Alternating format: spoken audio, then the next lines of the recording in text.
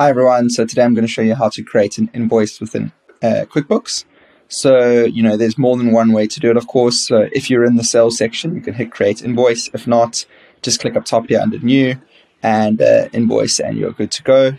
So if we just hop in over here and create an invoice, first step is to select the customer. So you can either use an existing customer or add a new customer from here. If you don't, you can check out our other video on how to add a new customer.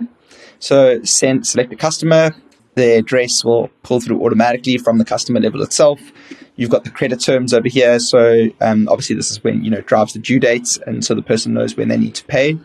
You'll see the emails come in here automatically. This is important because that means you'll see over here there's options to save and send.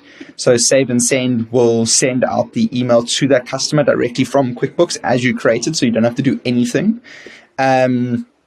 Send later, you can obviously delay when it gets sent, or you can just click save. So if we carry on looking at what else is on offer over here, you've got things like tags. So tags are not a note, but a literal tag on the email to say, like wall repairs. And you can look up like all the emails that relate, all the invoices that relate to wall repairs. Or it's a, let's see everything on this project. So that's what a tag can be used for. Here you've got the line items for what you're actually charging. So, great, obviously, if you've got your product and description on file, because we can see it's pulled through all that information automatically. If not, don't worry, you can just, add in that information directly here.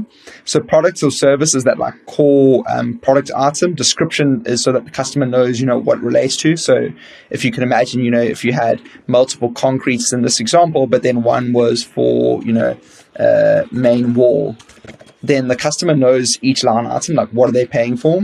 You can enter in the rate over here, which you can see it's updating the totals in real time. And then you've also got the tax amount so that we know how to apply the sales tax. And over here, you'll see there's a message, have a great day. Now that what gets sent out in that email.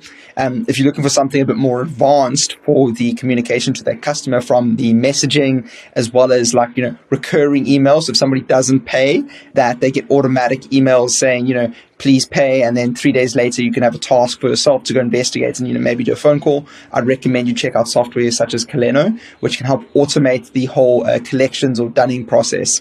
But yeah, as we've now got the invoice ready, I'm going to hit save and send, and you will be good. And the invoice is going to get sent off to that customer. So you can see it's brought up the email over here. You can either share the link with them for that invoice, or I'm going to send out this message directly from here. So let's hit send, and we are good to go. Well done. Email has been sent, and you've just done your first invoice.